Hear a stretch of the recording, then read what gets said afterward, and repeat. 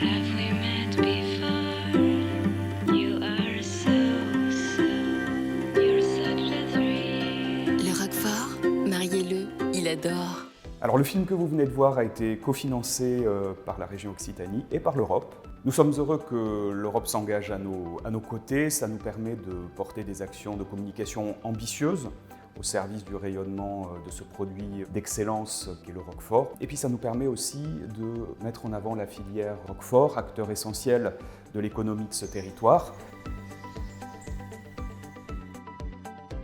Pour fabriquer le Roquefort, on utilise du lait de brebis à l'état cru. On va mettre du Penicillium roqueforti pour donner la présentation et le goût au Roquefort.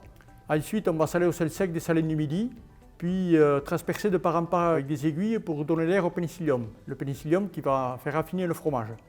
À partir du moment où il est piqué, il est ici en cave naturelle, ventilé par des fleurines. C'est des failles dans la roche qui nous amènent l'air nécessaire à réguler la température et l'hygrométrie de la cave. Donc le Roquefort, c'est ce qui fait vraiment la richesse de toute la région. C'est avec ce fromage-là qu'on fait travailler tous les agriculteurs et tous les ouvriers ici à Roquefort. C'est à peu près 1500 élevages, représentant près de 3500 éleveurs-éleveuses. C'est aussi 7 fabricants, près de 2000 emplois directs. Le Roquefort, c'est plus de 16 200 tonnes produites, dont un quart à l'export.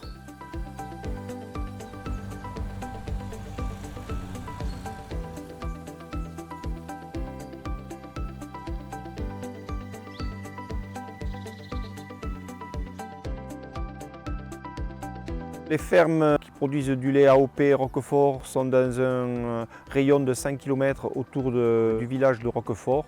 Aujourd'hui, les exploitations sont surtout des exploitations familiales. La production de lait est exclusivement traditionnelle. Le lait produit sur les exploitations doit correspondre au cahier des charges de l'AOP Roquefort. C'est un lait cru, la traite 2 fois par jour, c'est de sortir les brebis dès qu'il fait beau, le temps le permet. On sort les brebis, nous en général, à partir du mois de mars jusqu'à mi-décembre. Après, elles sont à l'intérieur pour la mise bas. Il y a les fourrages donc, de très bonne qualité. Plus le fourrage de bonne qualité, plus on va avoir un lait de bonne qualité. Des tourteaux sans OGM. L'AOP aujourd'hui, ça représente, pour les gens qui achètent du Roquefort, une sécurité alimentaire, je pense.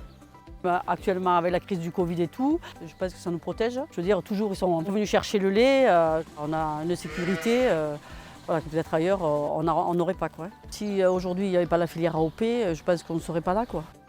Nous avons un prix du lait rémunérateur, ce qui permet d'avoir des exploitations viables et avoir des nouvelles générations qui s'installent et donc qui nous permet de voir l'avenir sereinement. Traire pour Roquefort, c'est une vraie fierté et un vrai savoir-faire qu'on a de produire du lait de qualité. On n'imagine même pas aujourd'hui de changer. Quoi. Raffineur de Roquefort, c'est le plus beau des métiers du monde. Roquefort.